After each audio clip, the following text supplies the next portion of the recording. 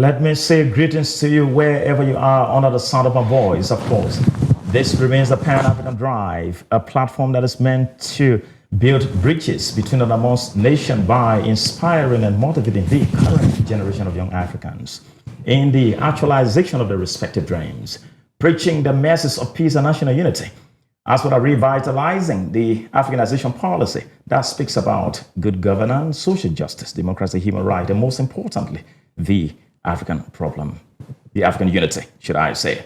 Remember what I say that until Africans learn to own their own problems, find their own solutions, they won't be able to write their own stories. That's the very essence of the Pan-African Drive, where we build bridges between and amongst Africans. For tonight's edition of the Pan-African Drive, I'm super honored, should I say very privileged, to be in a conversation with a very astute Gambian who has climbed a massive height in his career ladder as a human rights activist and social justice practitioner. But we'll take a quick break. Once we will have returned, and I speak with you.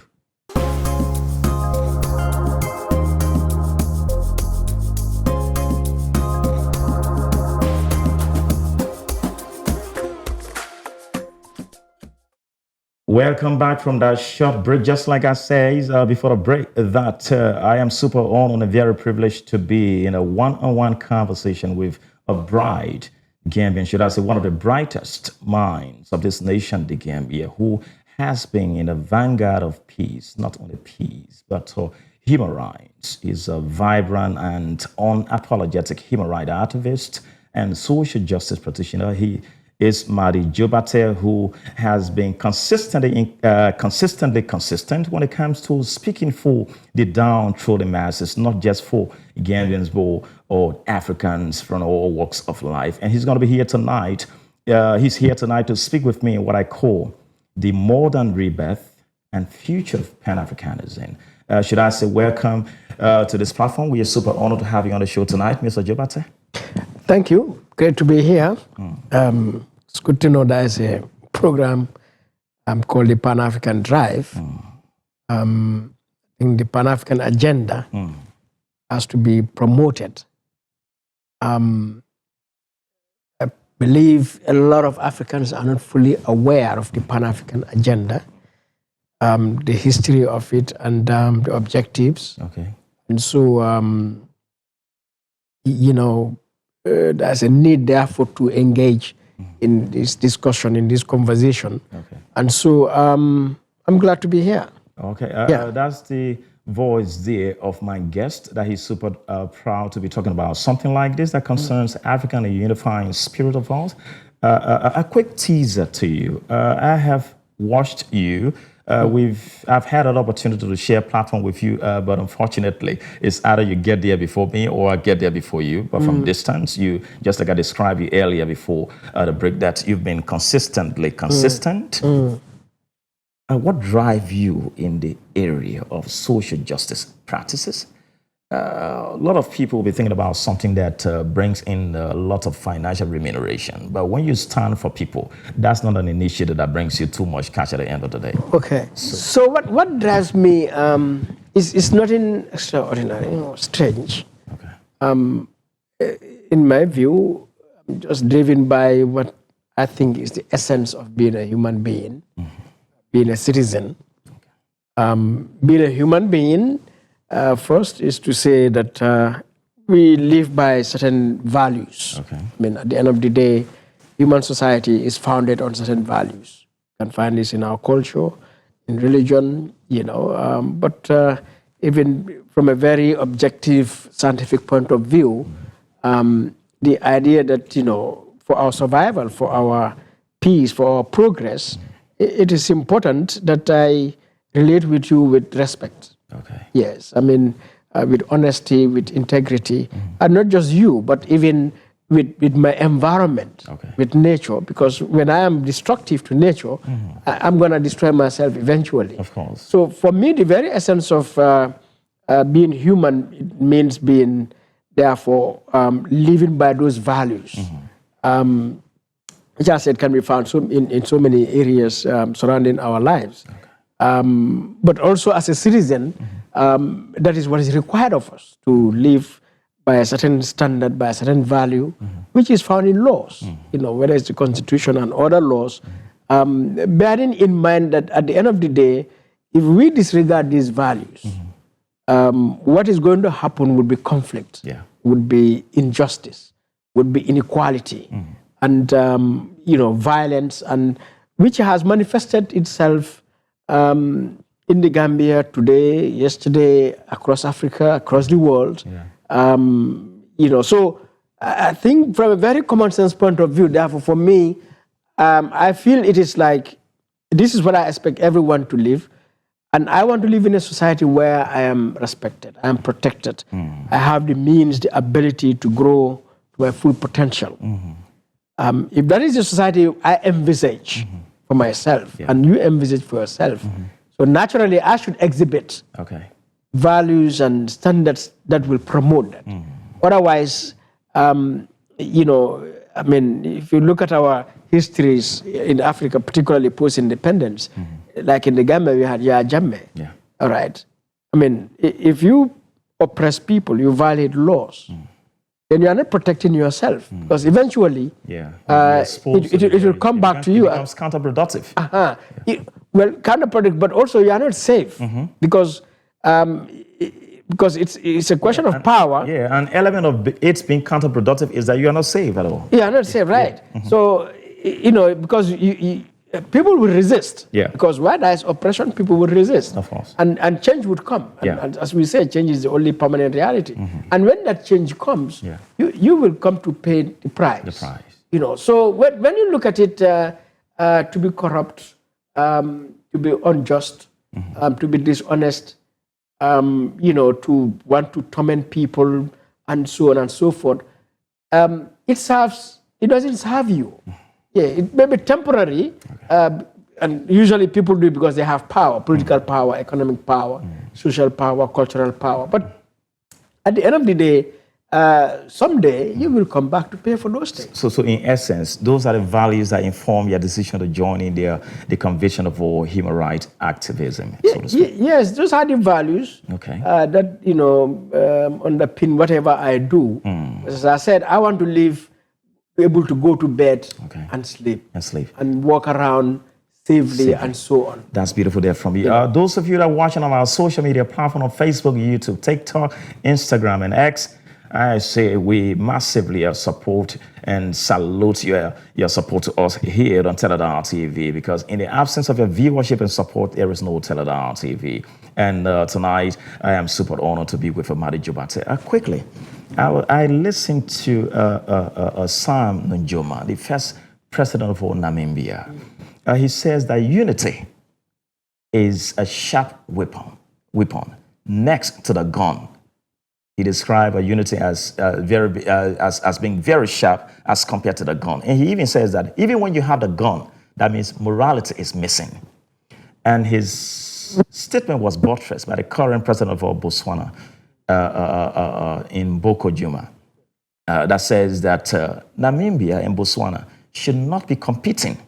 Instead, they should be complementing each other as nations. There's no need for competition, but we should be complement of each other. And my question to you is that to what extent, how crucial is that statement, is the replication of that statement to the rest of Africa, considering our current challenges in terms of our unison and survivability, not just by words, but by means? How crucial is unison to the rest of the continent? It's the heart of the matter. Yes, the heart of the matter. Ultimately, without unity, we will have this Africa that we have that is still under severe threat. As it has always been, but this threat is expanding, and this reminds us of Nkrumah. In 1963. No, before that, 1960, around there, when they had this Casablanca conference. And he made the point that if we don't unite and want to stand alone as we are right now, we will perish. said unite or perish. Because, as he said, if we don't unite, what will happen is we will still have other forces, imperialist forces in the background, and other forces who will be behind, stoking us, poking us, and pushing us into things, and not necessarily just pushing us into things, but we will have conflicts for which they'll bring all the arms. Where are all these arms coming from that Africans are using to fight? So that at the end of the day, we will just be destroying each other. And then, of course, all our resources would be going somewhere else. So that when you look at it today, this is the reality in Africa. So that even if we are not in war, say look at Namibia and Botswana, or look at Gambia and Senegal, or look at Ghana and Nigeria, or look at Liberia and Sierra Leone, these are close to each other. The potential they have is huge. But at the end of the day, none of these countries have attained any level of considerable human development, of peace, of stability, of justice, of equality, simply because of that lack of unity. So that in all of these countries, what is evident characteristic is the poverty and the deprivation and all of the social ills that we see. And so it's fundamental that we unite, and this is why Nkrumah saw this long time ago. And spoke about the need for us to unite. So by 1963, he was effectively laying down a whole framework for unity. But we missed it. And now we are in this situation. I think Africa is, facing its most daunting period ever. Daunting period ever. I will hold you there right away. That it begs the question: if you were to use a social scientific barometer to scan Africa, or should I say to do an X-ray of Africa, which of the three propositions would you subscribe to? Are Africans feeling at home, or will some feel at home, or are feeling like strangers at home? Or maybe. You even want to adopt all the three propositions, not which one, either or. Yes, because certainly we are in Africa. You and I are in Africa physically. But being at home means also being at peace at home, enjoying the benefits of home, enjoying the resources of home. And you'll find that the vast majority of Africans are not enjoying the resources, the benefits of Africa. So they are in Africa, but at the same time, it's as if they are not in Africa. Yes, and which all the more go to just show the issue I've been highlighting in terms of the daunting challenges that we face today. Because since independence, 60 years, 70 years ago, for post-colonial, but then when you consider a country like Liberia or even Ethiopia, you realize, okay, one can say it's 160. Liberia would be almost 179. Yeah. So I mean, and then what do we see? What do we see? All right. When you look at the indicators, social, economic indicators, the poverty, the lack of electricity, and so on, it's widespread. But you look at governance as well.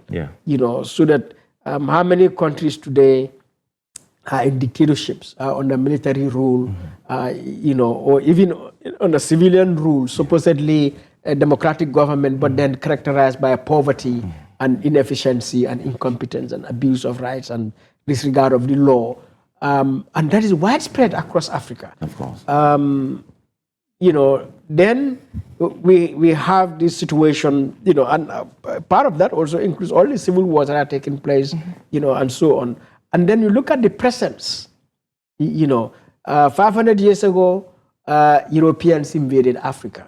Even before that, the Arabs invaded Africa, colonized us, enslaved us. Then the Europeans came and eventually divided us,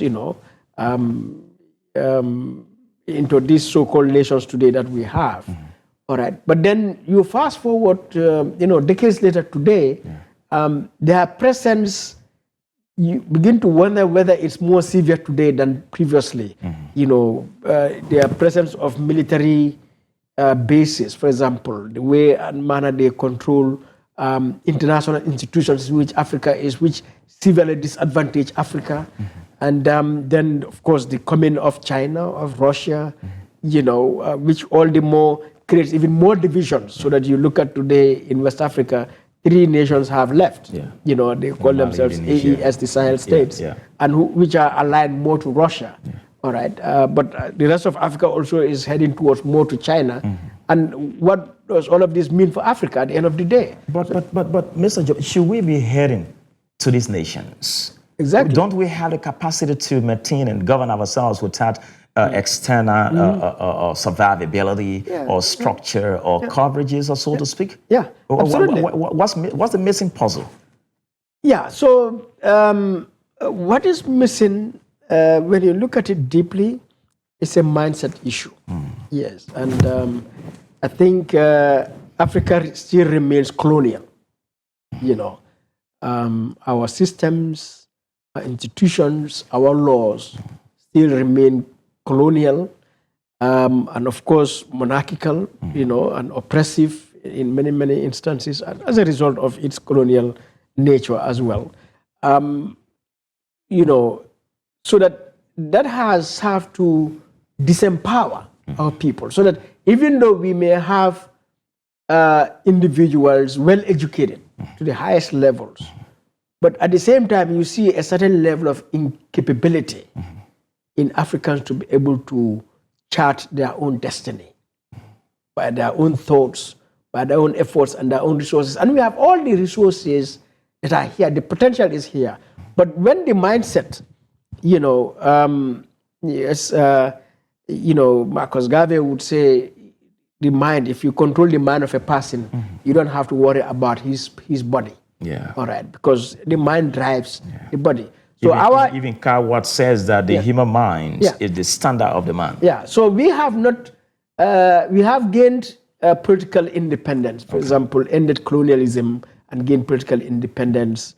But because we have not gained mental independence, liberation, our political independence could not translate into economic independence, social independence. And because you can see how all of our states, with all the technocrats, the policymakers, intellectuals, that are there, and natural resources as well. Yeah, and the natural resources, their inability to chart a way forward, that they still have to depend on external, powers, forces to decide how we do things. And it's so ridiculous because it's utterly baseless. Ridiculous is the right word. Yeah. Yes. So, and that is the only justification. I mean, I can tell you, each and every country in Africa has the means to have produced a society as advanced as any society in Europe today. And one example, for example, to show, I was in a forum in Ghana recently, and with a bunch of Africans. And I said, we need to think seriously about ourselves. I said, Singapore gained independence in 1965, the same year as the Gambia. Right? Yeah. Nigeria gained independence in 1960, 5 years older than Singapore. Yes. Ghana gained independence in 1957, about 9 years before Singapore.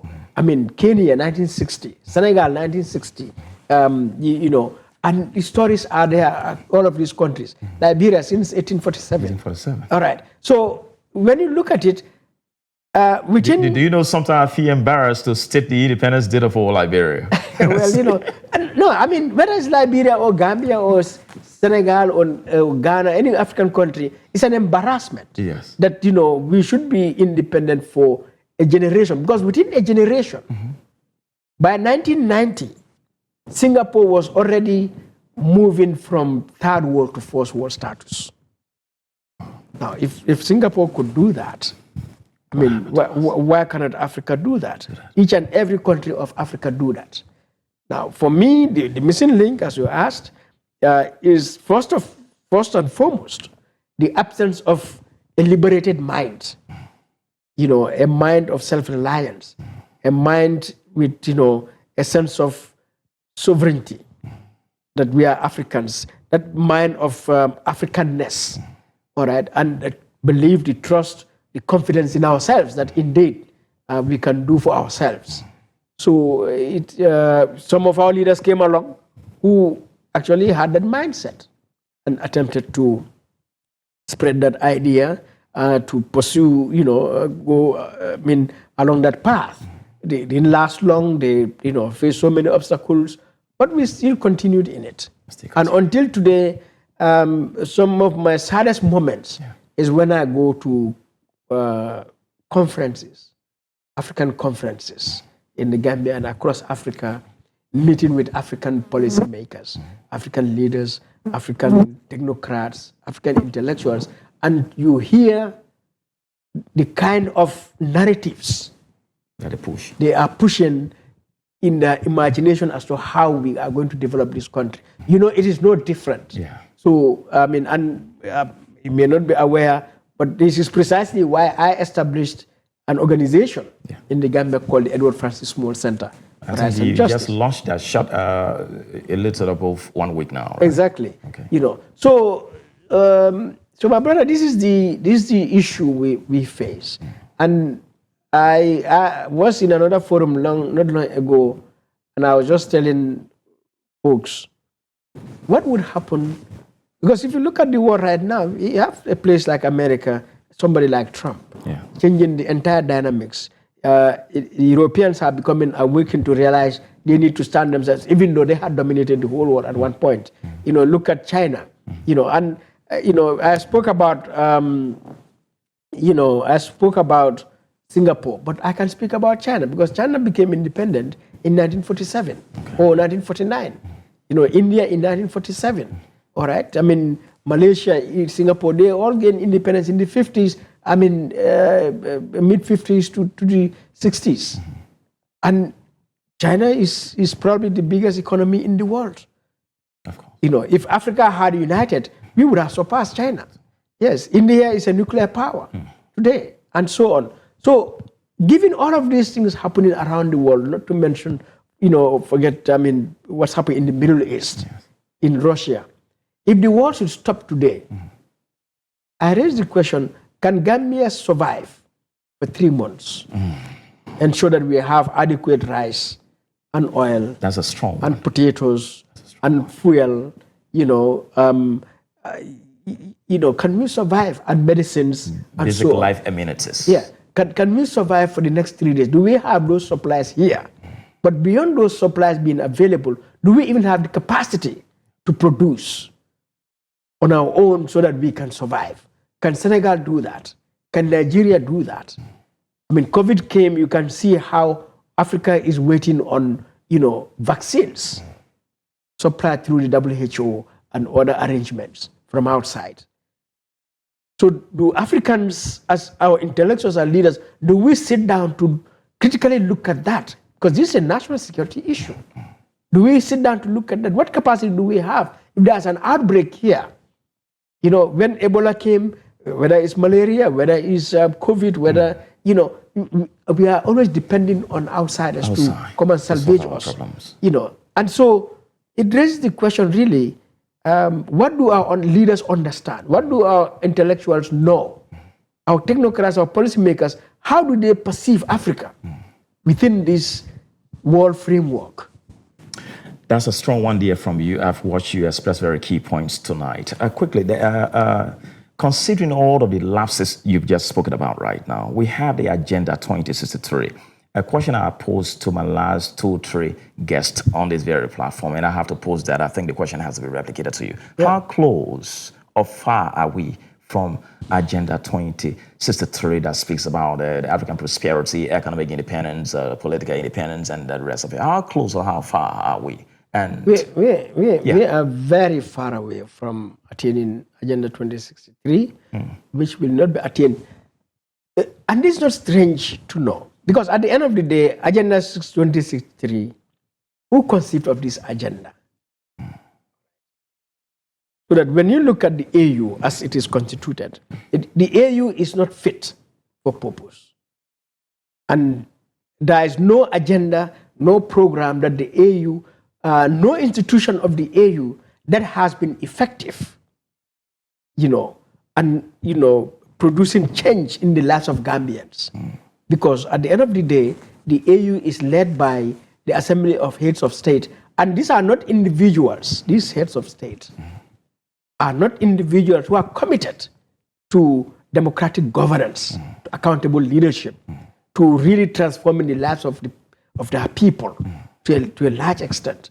So Agenda 2063, what it requires, these leaders, African governments as they are right now, cannot fulfill that. So in essence, you're saying Agenda 2063 is more of a mirage. It's a mirage, and it is a self-serving agenda, because through this agenda, the AU Commission, all right, and maybe the governments will get funding, mainly from Europe, from China, all right, and which they would use for unlimited meetings and paying themselves allowances and so on. But they are not going to create any strategic, tangible change in the lives of Gambians or Africans. Is it not embarrassing that you're discussing Agenda 2063 and support comes from a multinational corporation or multilateral corporations and nations that are outside the shores of the continent of Africa? Isn't that an embarrassment to us as a continent of people? Absolutely. But that is the life we've been living, my brother.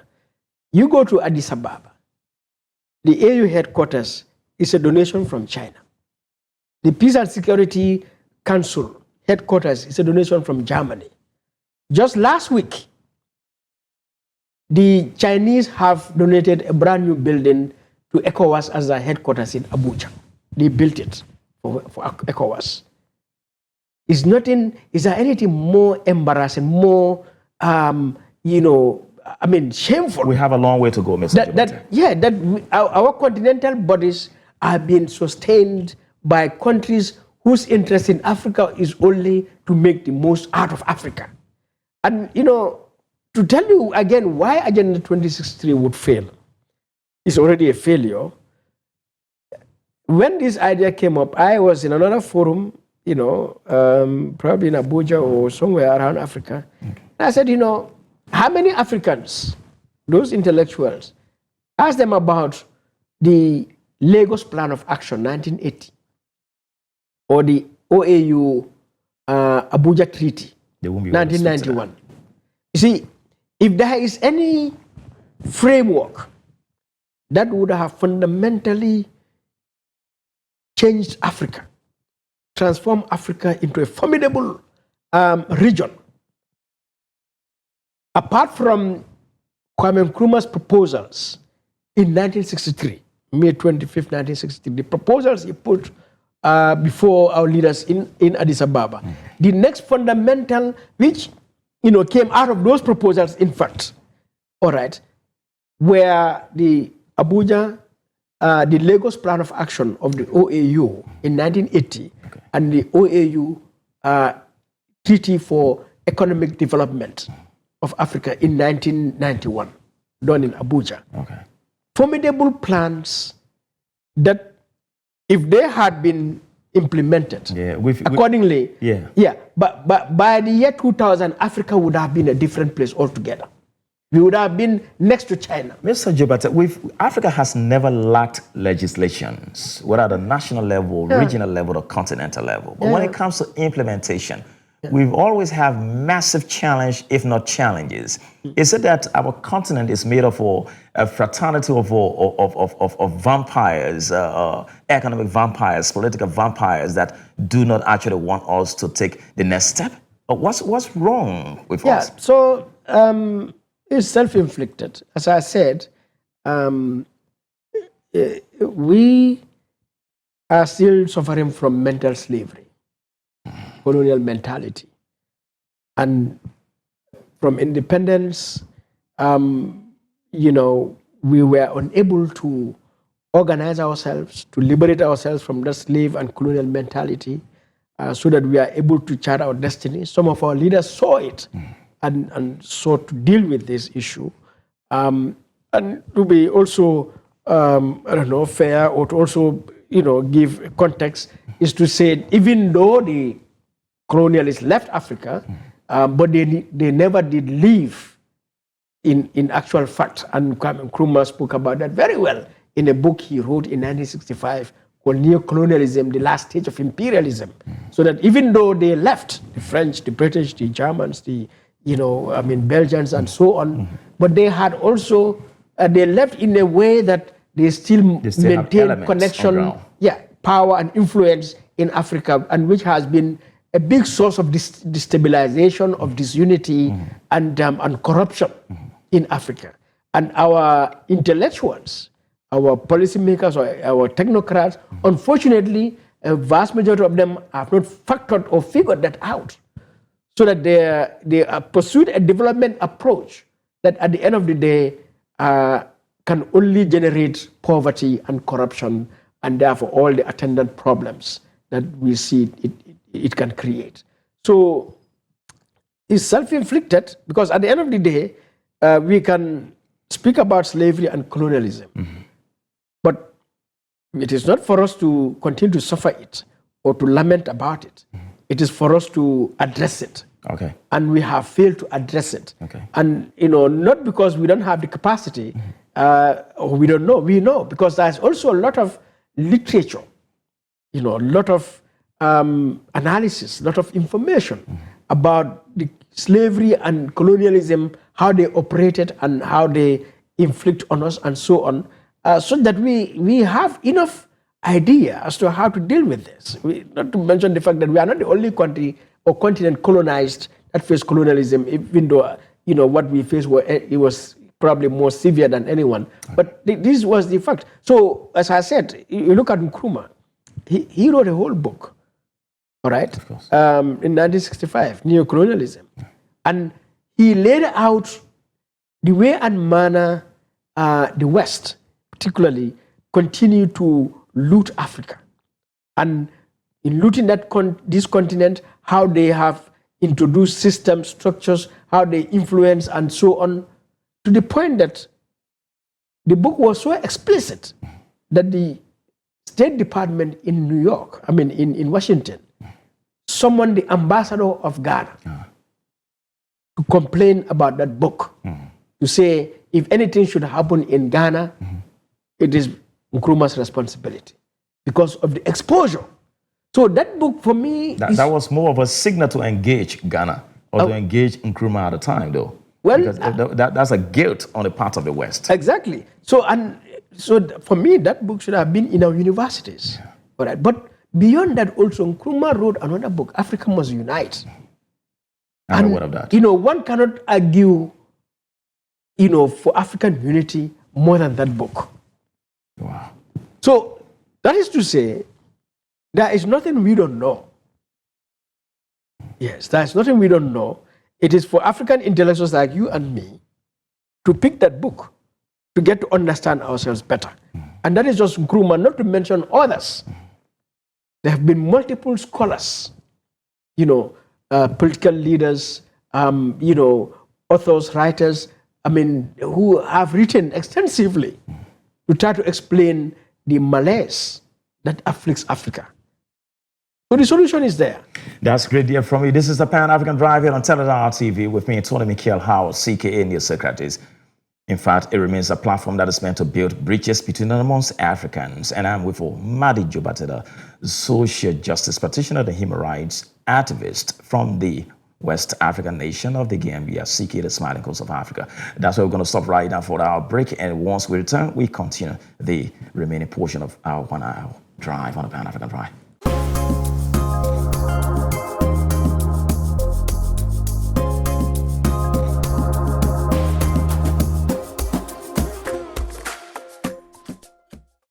Yeah, welcome back here on a Pan-African Drive here. Like I said, it's a platform that is meant to build bridges between and amongst African. We are here tonight with Mr. Jobate as he speaks with us on his expertise and the modern rebirth and future of Pan-Africanism. With the lapses we've discussed, with the economic lapses, leadership deficit, what's your hope and conviction about this continent? Do we have the requisite arsenal in our cupboard to change the negative paradigm shift, to change this continent around and make it politically, economically independent, not just by words, but by means? Yeah, so we would say change is a permanent reality. Change can be conscious. It can be unconscious change, change that you don't control.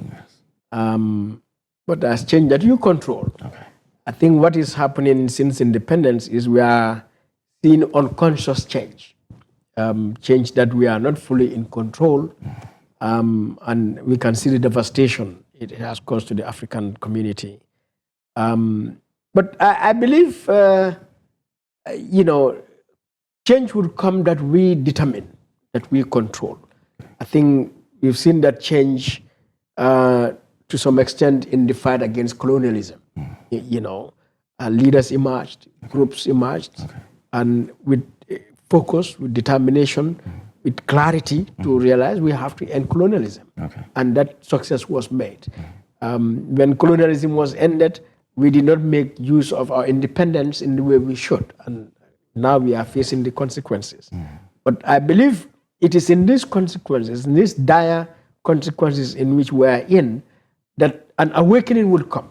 Yes, and an awakening would come that eventually we will come to realize that it is high time to stand for ourselves. So, for example, you can see now a lot of direction is going towards China or even Russia, and other stakeholders, whether they're in the Middle East or in South America, and other parts of Asia. And you can see a displeasure about the West, who we've been dealing with for the past 500 years at least. And I think now everyone is clear that the West does not have the interest, the commitment to a better Africa. So that even what they do, what would seem to be good, actually it's within the context of their interests, what they can get out of Africa. So I may help you to cross this river, and it's not because I'm interested in you, but I would need you to jump on your back so that you can carry me across the forest and so on. So I think now it is very clear to many Africans that the West, they are helping us in a self-serving manner. And that frustration, that disappointment, may be the cause why some feel they can go to China and Russia. And I think the Chinese and the Russians and other parts of the world, they have also learned of our relationship with the West. So, for example, China does not care about human rights, good governance, corruption, and so on. So they will just deal with our governments. Whatever they do, they say that's internal, that's not our problem. Because they've learned from the West, because the way and manner of our interaction 500 years ago until now, we've seen how they have spoken against human rights violations, against corruption, even though at the same time they would empower dictators and corrupt regimes in Africa. But at least they would make statements. They would support activist groups. They would support political parties. They would support activities geared towards promoting democracy. All right. So there's a contradiction, in the way we have related with the West. But it appears the Chinese have learned that. We will not talk about anything like that. We'll just go easily. And that may be very nice for the African government. But I think as we move on, and even the African society, because today if you stand at the airport in any African capital, I can guarantee you that you'll see a group of journalists, a group of activists, a group of politicians, a group of farmers, a group of business people going to China. Because China is coming, again, they've learned from the West through cultural, imperialism, exchange programs, field study tours, and, they a lot of Gambians doing masters and PhD and so, exactly. So eventually, what they are doing also was what the West was succeeded in doing. Because as we go to China, we are amazed by the development in China, and we hear another narrative. And so many people who've come from China, in Gambians, when I talk to them, oh no, China is this, China is great. And so just as we had loved America and the West, now we are going to love China. But I think with time, we will also come to realize, actually, China, just like the West, they just want our resources. Today, when you look at the figures, you will see that China is making nothing less than $300 billion out of Africa annually. more than what the European Union, or Europe is making out of Africa, or US is making out of Africa. So that when you look at it again, that Africa has been a donor, because US is making nothing less than $200 billion out of Africa. They don't give that much aid to Africa. The aid they give to Africa is not up to 50 billion. So we've been donors, subconscious donors. Yeah. So we've been donors. Yes, subconscious donors. Okay, you can say it that way. But do you think it's conscious donors or subconscious donors? Maybe unconscious. Okay. Yeah. So we've been donors to America. Africa has been a donor to Europe. And now we are going to be donors to China and Russia, because through so-called trade, all right, fair and unfair trade, these countries make more out of Africa than they give to Africa. Let's talk about where you talk about Africa as being like a donor to these nations, consciously or subconsciously. And let's look at my nation, Liberia, that produces latex, rubber. You look at Nigeria, crude oil. You go to Ghana, the gold. You go to Sierra Leone, the diamonds and minerals. You have the cashew nuts here, the ground nuts here. Like several quarters of Africa have something to offer. Guinea-Conakry, the bauxite. You go to Congo and several minerals, and so to speak. When do we graduate from being manufacturing industries to industrialization, so that we stop exporting jobs and importing poverty? So that if you look at the Lagos Plan of Action, and then later the agenda and in the Abuja Treaty, there was strong focus on industrialization. And somebody like Nkrumah had talked about industrialization, that in the 60s, he said, ultimately, nations that will be able to transform the lives of their people or not depends on those who are industrialized or not. And, my brother, you talked about Liberia. Firestone, 1910. Company. Charles Doma Boje King, 1910. Yeah. I went to Liberia and I drove through the Firestone plantation. Okay, Habia area. Miles and miles and miles. Of course. Firestone Company became a multi-million-dollar company. Wealthy people. Of course. The communities that live in the Firestone plantation and around it, and Liberia as a whole, remain poor. Yeah, abject poverty. Today, you go to Nigeria, Shell is making more money out of our oil than the Nigerian government and people. Foreign company. Yeah. You go to, Zambia, Glencore, in terms of iron ore, it is making more money than the people of Zambia. Even South Africa. South Africa, the same thing. The Congo, and so on and so forth. All right. The diamonds in Sierra Leone, the foreign companies there are making more money than the Sierra Leonean government.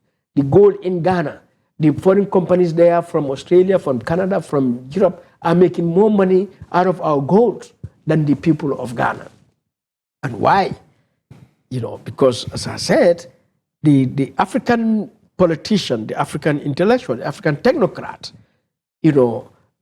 shackled by colonial mentality, have become totally irresponsible, that they couldn't even find, their responsibility to their people and position their countries on a path of, development, of dignity.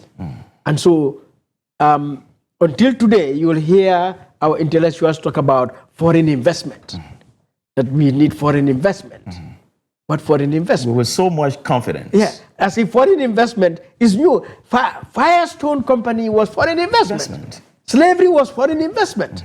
Colonialism was foreign investment. Shell has been in Nigeria since 1950s. And all of the returns go back to the owners of this company. So foreign investment has been in Africa for the past 500 years.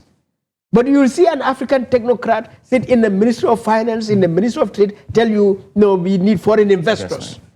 But what investors? When you could have created the conditions here for us to create our own entrepreneurs, create our own inventors. We have universities. But at the end of the day, what do we produce?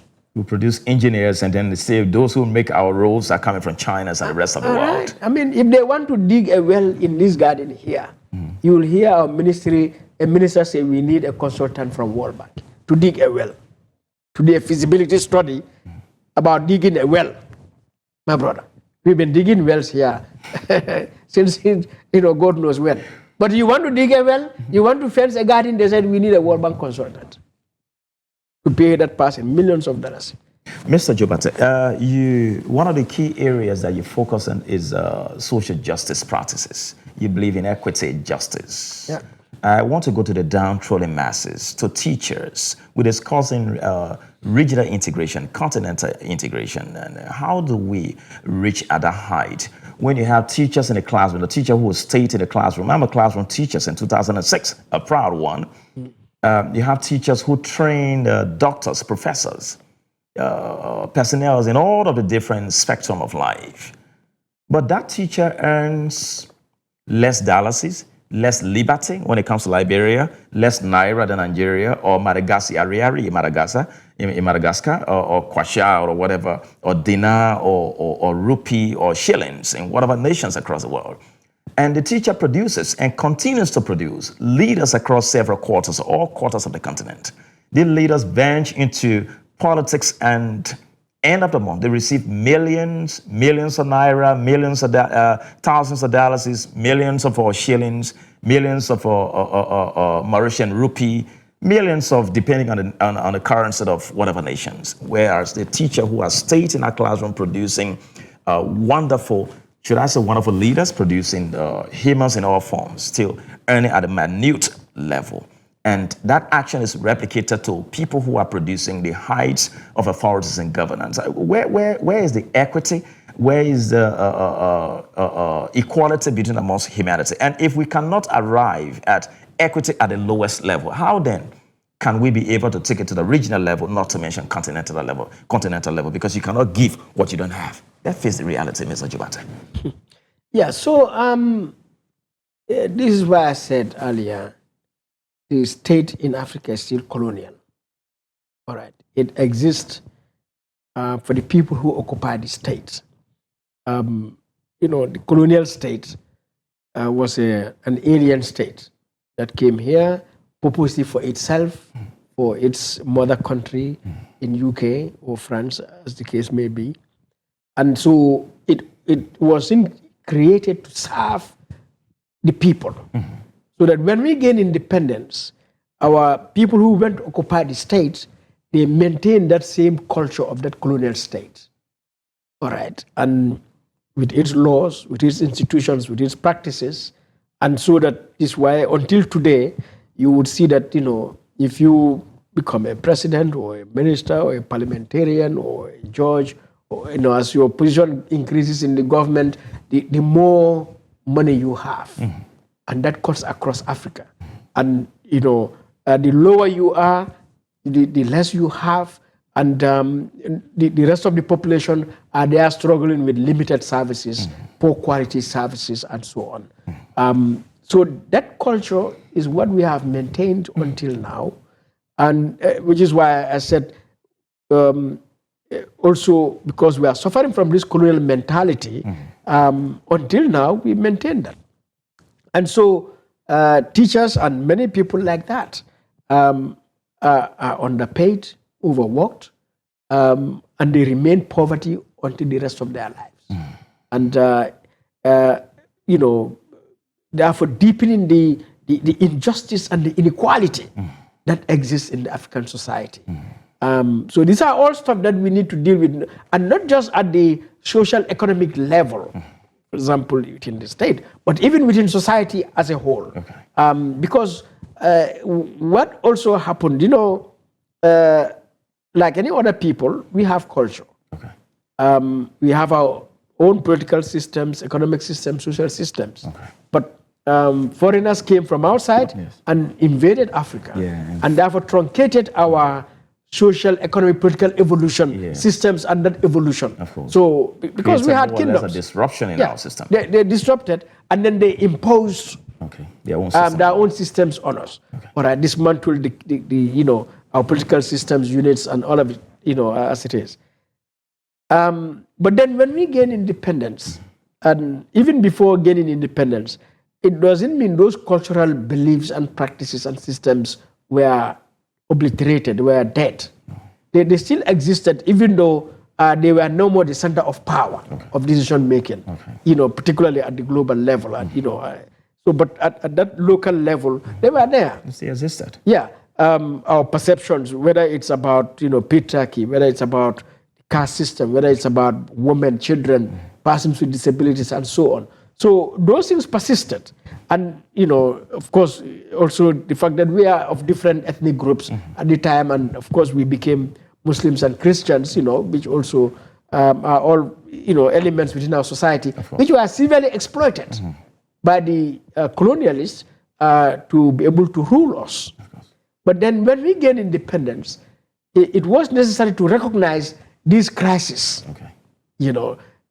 because what was African society like? We had invasions from occupation and influence from Arab, angle. We had from the European angle. Yes. Within the African society, some have become Christians, some have become Muslims. All right. And then, of course, there is the African tradition itself. At the end of the day, we are taught in English and French, but we have our own languages. Yes. In fact, in some places, they have their own religion. They maintain that those pockets exist within Africa. So that when the colonialists left, it also created a cultural crisis within Africa because, those who are influenced by the Arab Islamic tradition become sort of antagonistic to those influenced by the Euro-Christian tradition. And then, of course, you have the African tradition. And, and these two also have a low outlook on the African tradition. Because the more we get educated, we feel we are better than, our own selves, our culture, our people, and so on. Look down on where we come from. Exactly. So a crisis happened within the African society. And unfortunately, we did not sit down to also address that. And the negative resultant effect of that crisis still exists. So that you look at the Gambia, like many other countries, some have tried to deal with it, like Rwanda, in terms of gender parity, for example. You realize that women are not in decision-making centers, like in parliaments or becoming presidents or in local councils, but also denied education, so that poverty is more pronounced within the women folk, than in the men folk, because of all of those imbalances which have to do with culture, with our experience, and so on. So these are all elements that the African intellectuals should have conceived and deal with. And one person who really spoke to this again is Nkrumah. That's why the African intellectuals have to read Nkrumah. Your emphasis has been on Nkrumah tonight. Yes, because he is one person who has seen our problem and therefore offered solution. So that there's a book by Nkrumah called Conscientism. Right.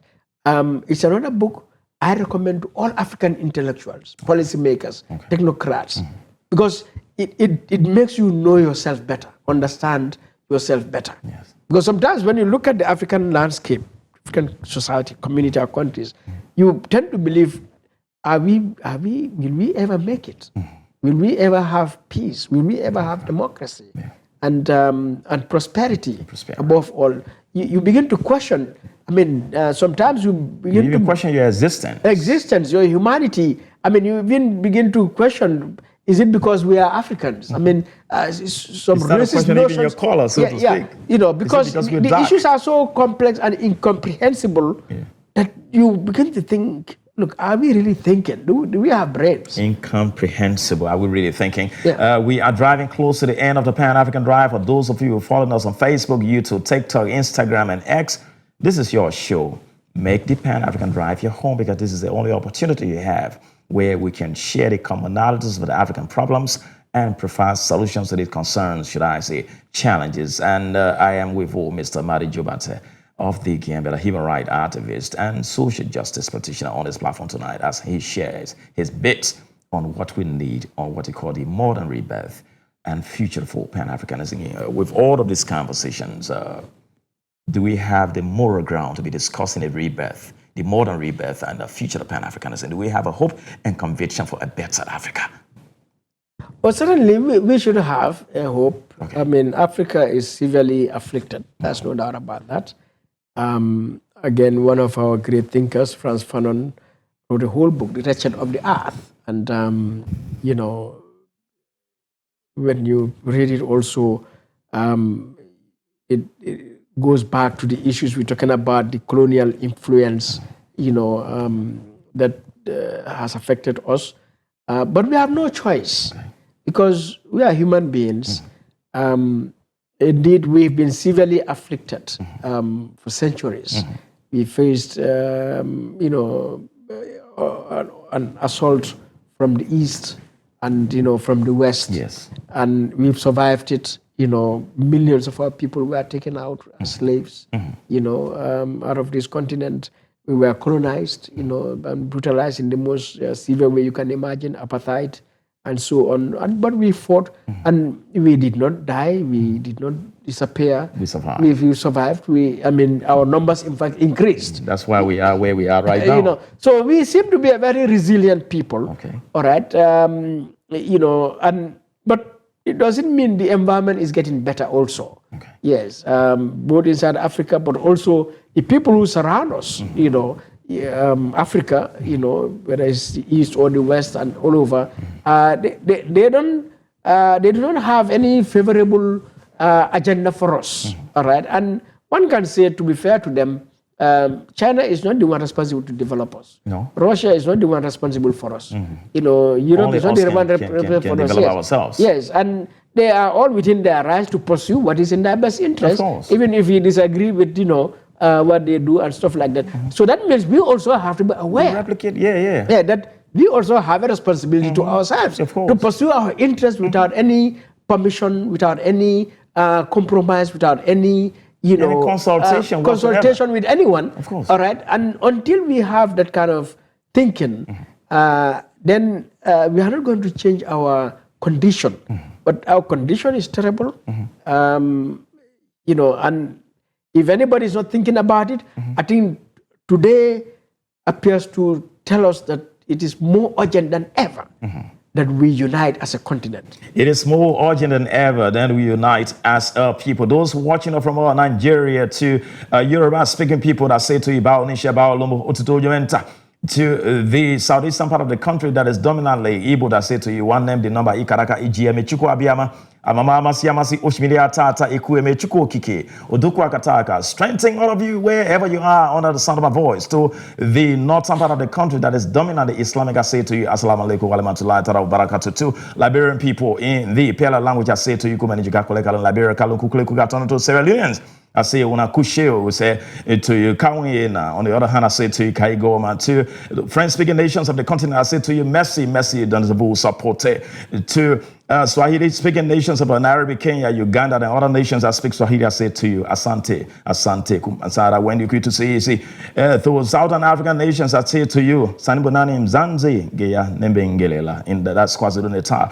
To my people in Botswana, especially Constantino Pelus, who support me on this platform here, I say to you, readable, hellable, LinkedIn, Jaha, who the Gambians, I say to you, Jedejef, and all of us say to the Mandinkas, I say, Nde, Yanalana Duniato, Abaraka, I won't ever forget you, to the fool as who say to you, Meidima Moja. This is the Pan-African Drive, here, the platform that is meant to build bridges between and amongst Africans from all walks of life. Oh, Mr. Jobate, we're driving into this 1 hour drive on the Pan-African Drive here.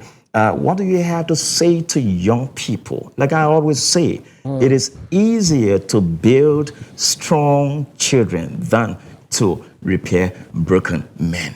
And Chinua Achebe says that a chick that will grow into a cock can be known at the very day it hatches from egg. What do you have to say to young people who learn by seeing? How did it change the negative paradigm shift of this continent, and so that it sees opportunity? And what's the escape route for young people? Because your generation, should I say my generation, we are almost at our expiration date, but we're leaving a generation behind in their 10s, 11, 8, 9, 10. What do you have to say to them that can make them to define Africa, to come to what we call a rebirth? Or should I say the modern rebirth and future of Pan-Africanism?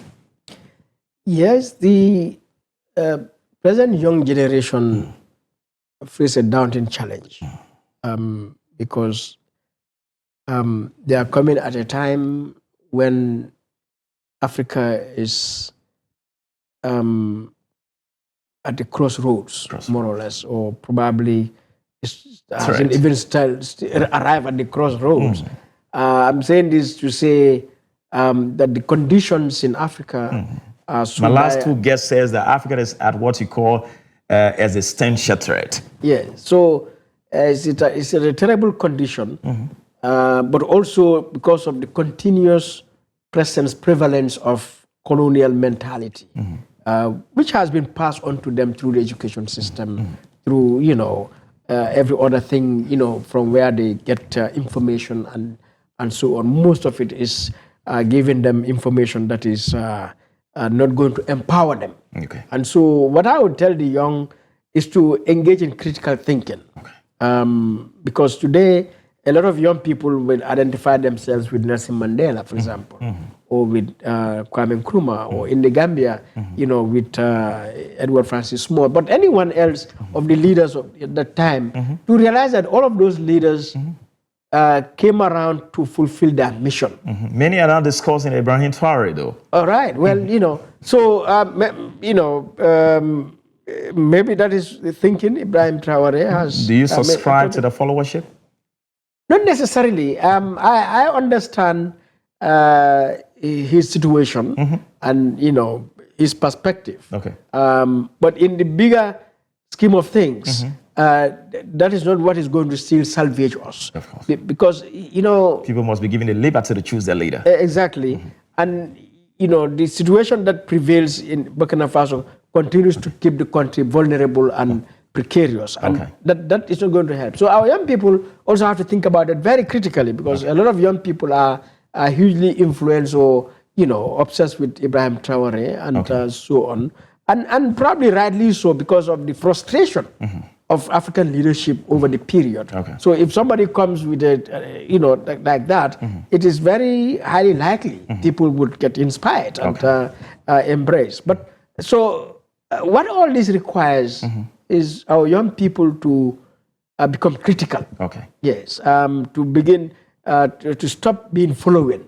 To stop being, just following, worshiping, and be spectators. Yeah. But to demand quality, to demand answers, to demand results, knowing that we've been on this, I'm sure by now they may be young, but they would have known the history that from independence to date, this has been our story.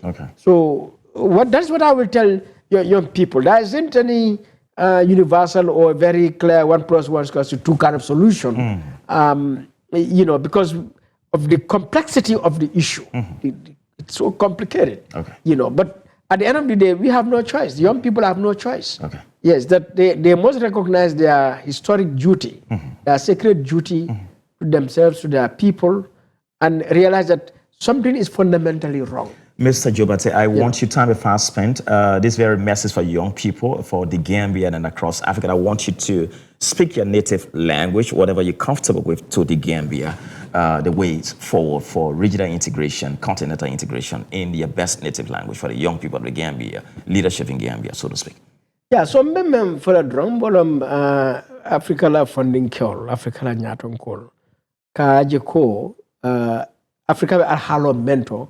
Wolom drum manke clint Africa banku tan lulu ning nani wala bije manku bebe lo rifayende mbuka lo kankilinto mbuka den ku kilina wa sabu Africa ay nafulo membe Africa ala nemata Africa mo nyamen amanna ke kuti men nata Africa no bonde ka yiri wanin Cairo ning kambe sabatinde so okodum mel bako mel responsibility wala na nyaton ko lo bar fanan na banko dingul be bang Africa dingul be sako funding kewol malon ko te les yata mobeti kaje ko mbutata tembele to nyanta wulala ngalo ngaje ko Africa nyaton ko ye Africa ke client ye Africa ke client ni wakita asembo bijang anaflo bijang anemo bijang joran fofen disa mira abe Africa bulu mealon ko Africa ske bankuti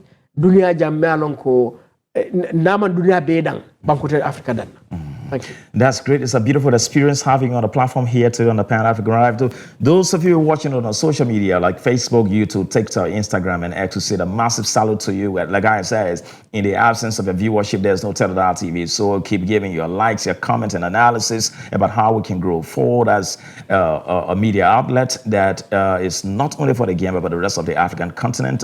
So share, likes, and comment, and make your analysis.